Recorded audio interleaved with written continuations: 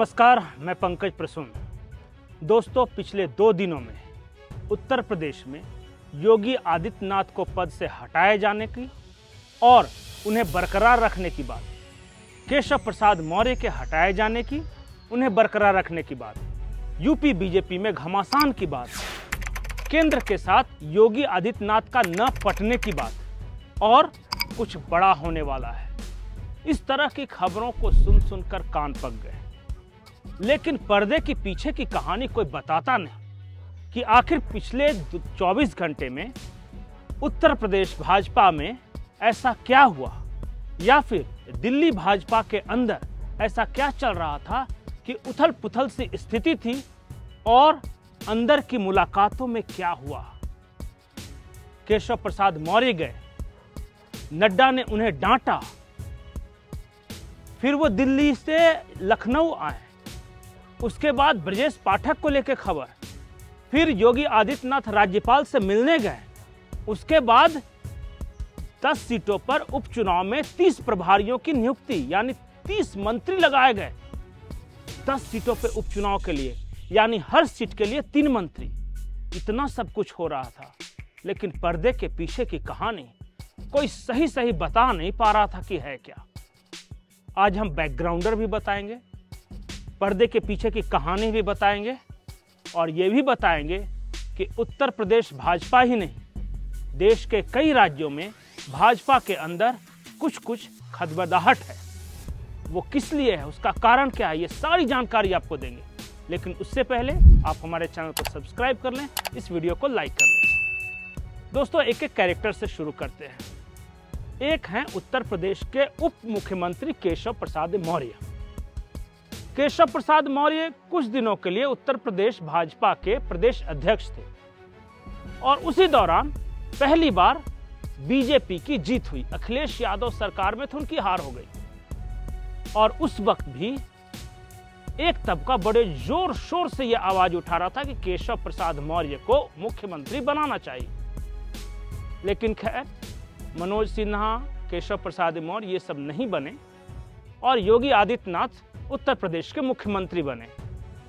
तब से लेकर आज तक, यानी 2024 तक, कम से कम 1 दर्जन बार यह खबर आई कि उत्तर प्रदेश के मुख्यमंत्री योगी आदित्यनाथ को हटाया जा रहा है और केशव प्रसाद मौर्य मुख्यमंत्री बन सकते हैं। पर यह खबर पहले भी झूठी थी, आज भी झूठी है और कम से कम अगले विधानसभा चुनाव तक झूठी ही रहने वाली है। इसलिए जो हवा बनाना है बना लें, सच्चाई नहीं बदलने वाली। केशव प्रसाद मौर्य 2017 के विधानसभा चुनाव में अपनी सीट हार चुके हैं। 2024 के लोकसभा चुनाव में प्रयागराज, जहां से वो जीतते हैं, या उस इलाके की सीटें बीजेपी बुरी तरह हार चुकी है। तो परफॉर्मेंस के लिहाज से तो इन्हें बनाया नहीं जाने वाला। हाँ, अमित शाह जी से सेटिंग अगर है तो फिर अलग बात है। ये मुझे नहीं पता कि कैसे एक लोकप्रिय मुख्यमंत्री को अपदस्थ कर अमित शाह या जेपी नड्डा केशव प्रसाद मौर्य को कुर्सी पर बैठा सकते हैं। ये आज की तारीख में तो असंभव लग रहा है और अमित शाह इतने बेवकूफ है भी नहीं कि वो ऐसा करेंगे। दूसरी और महत्वपूर्ण बात, एक कैरेक्टर हैं ब्रजेश पाठक। ब्रजेश पाठक जी का पॉलिटिकल करियर, वो भी उप मुख्यमंत्री ही हैं। हरिशंकर तिवारी थे उत्तर प्रदेश के बाहुबली नेता। हरिशंकर तिवारी की बंदूक उठाया करते थे ब्रजेश पाठक, वहां से इनका पॉलिटिकल करियर शुरू हुआ। हरिशंकर तिवारी या योगी आदित्यनाथ, मतलब ब्रजेश पाठक के गुरु की मैं बात कर रहा हूं, और योगी आदित्यनाथ के बीच रिश्तों को कैसे समझा जा सकता है, समझिए। योगी आदित्यनाथ पहली बार गोरखपुर से लोकसभा का चुनाव लड़ रहे थे। हरिशंकर तिवारी ने कहा कि मैं योगी जी के प्रचार के लिए जाना चाहता हूं, और योगी जी के जो गुरु थे महर्षि महंत अद्वैतनाथ, उन्हें खबर भिजवाया गया कि हरिशंकर तिवारी इतने बड़े बाहुबली नेता योगी जी का प्रचार करना चाहते हैं, योगी आदित्यनाथ का।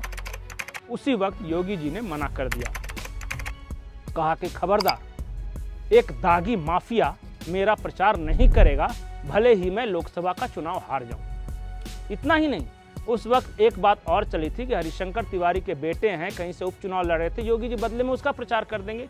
योगी जी ने कहा, ना मैं उसका प्रचार करने जाऊंगा, न मेरे प्रचार के लिए हरिशंकर तिवारी को बुलाऊंगा।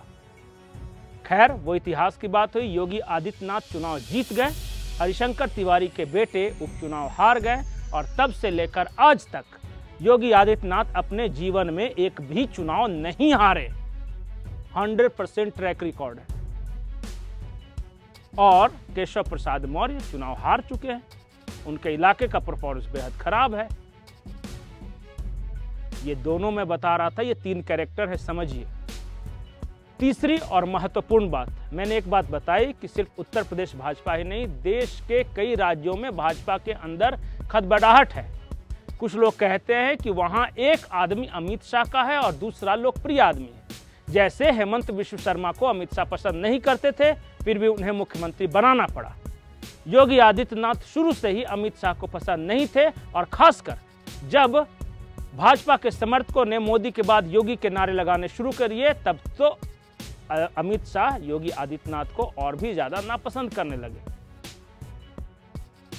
तो न वसुंधरा राजे पसंद थी, न योगी आदित्यनाथ पसंद थे, न हेमंत विश्व शर्मा पसंद थे, न शिवराज सिंह चौहान पसंद थे अमित शाह को, न येदियुरप्पा पसंद थे। ये सब पसंद नहीं थे। इसके बाद भी ये मुख्यमंत्री रहे, अपने राज्य का नेतृत्व किया। और जो अमित शाह को पसंद थे, जैसे सर्बानंद सोनोवाल, जेपी नड्डा, या फिर वसुंधरा राजे को हटाने के लिए जिन लोगों का शिगुफा छेड़ा गया वो, या फिर गुजरात में इस तरह के 1-2 एक्सपेरिमेंट किए हैं वो सब नहीं बन सके। तो सिर्फ एक व्यक्ति के चाहने से भाजपा के अंदर सब कुछ नहीं होता। परिस्थिति, काल सब कुछ निर्धारित करती है।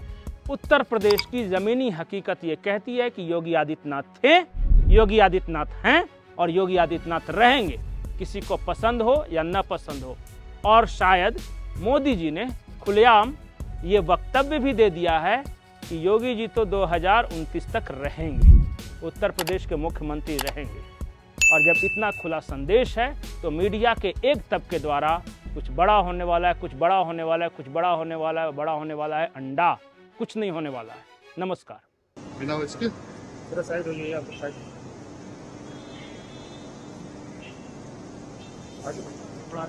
भाई लोग पीछे हो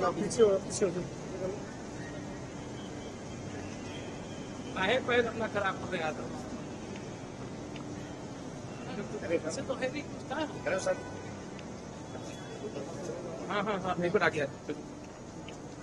एक बस खाली ऐसे ही दिखाएंगे कुछ, क्या ऐसे ही बस बोलेंगे नहीं सर, हमें खाली माइक लगा के दिखाना है, बस हमको पूछना कुछ